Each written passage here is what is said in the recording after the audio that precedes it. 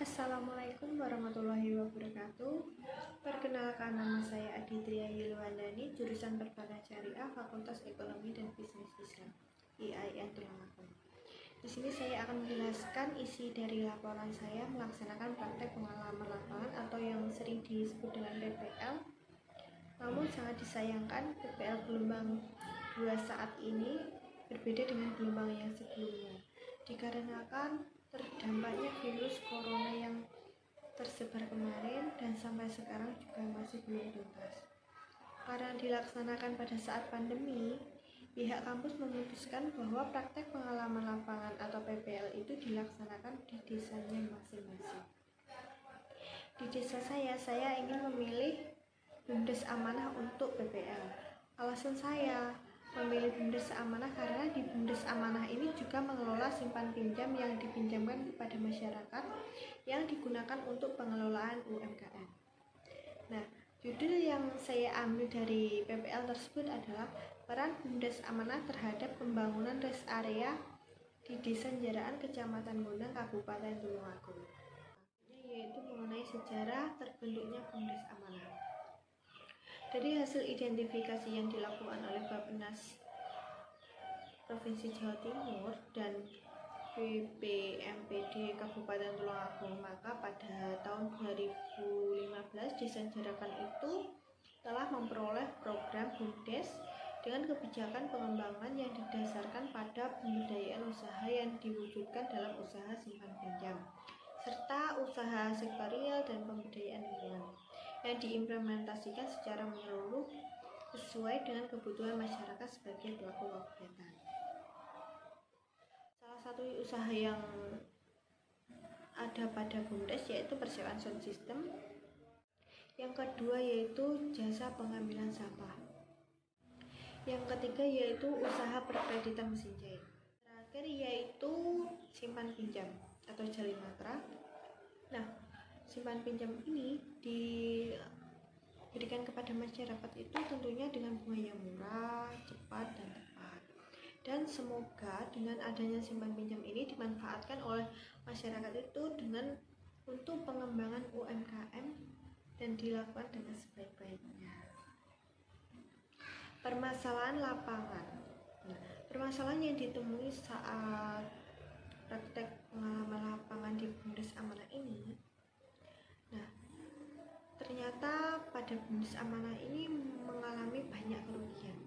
Nah, ada banyak sekali.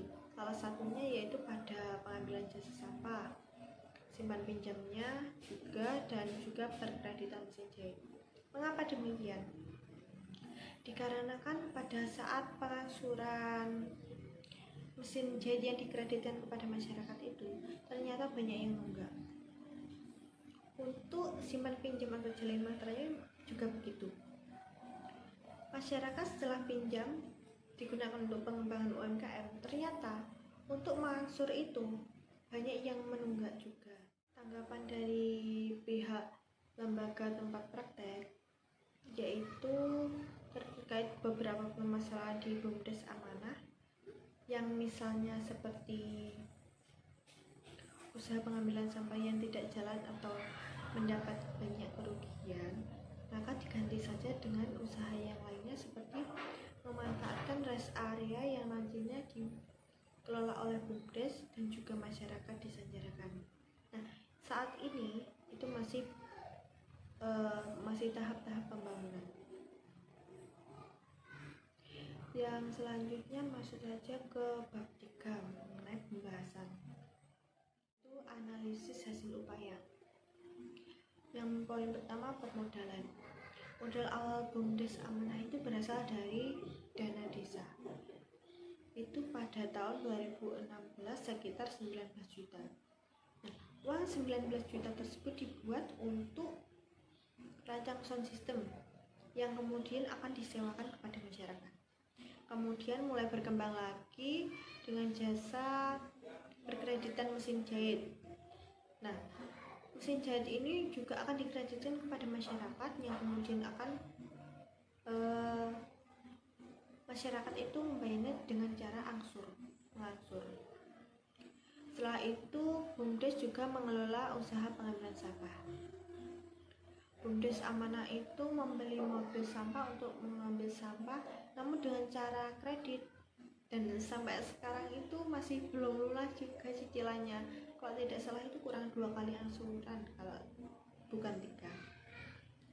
Untuk modal BUMDes Amanah, bantuan ini dapat berasal dari pusat, juga dari provinsi. Pastinya ada salah satu yang berkaitan dengan bank, yang salah satu contohnya adalah Bank Jatim. Bank BRI juga pernah. Selanjutnya itu rencana pembangunan rest area. BUMDes Amanah adalah lembaga yang dikelola oleh masyarakat, pemerintah desa dengan usaha memperkuat perekonomian desa yang dibentuk berdasarkan kebutuhan dan potensi desa. Namun yang paling penting bahwa keberadaan BUMDes menuju optimalisasi ekonomi desa, BUMDes juga menjadi salah satu badan usaha yang didorong untuk menghasilkan pendapatan asli desa. Mengenai permasalahan UMKM, banyak orang-orang yang pengusaha di desa Jarakan ini yang masih sulit mengembangkan usahanya, contohnya seperti pemasaran, kesulitan modal, persaingan produk, tempat usaha, dan lain-lain. Maka dari itu, BUMDes menyediakan sarana pelaku utama UMKM guna memasarkan produknya itu dengan rencana pembangunan rest area tersebut. Mengenai PAD atau pendapatan asli desa Jarakan ini sudah disepakati saat MUSDes. Untuk rest area ini harus ada kerjasama dengan BUMDes. Kalau tidak salah pada tahun 2002 ini dana desa tidak akan keluar lagi, dan Pak Presiden itu juga menganjurkan bahwa BUMDes itu harus hidup pada tahun 2020 guna menyupport PAD. Rest area tersebut dinamakan dengan rest area Janda Astuti. Maksud dari nama rest area tersebut adalah janda. Janda merupakan kepanjangan dari jajanan desa, dan Astuti merupakan jargon Tulungagung yang artinya adalah agungi sikap tulung tinulung. Dan ini menjadi landasan dan semangat polisi.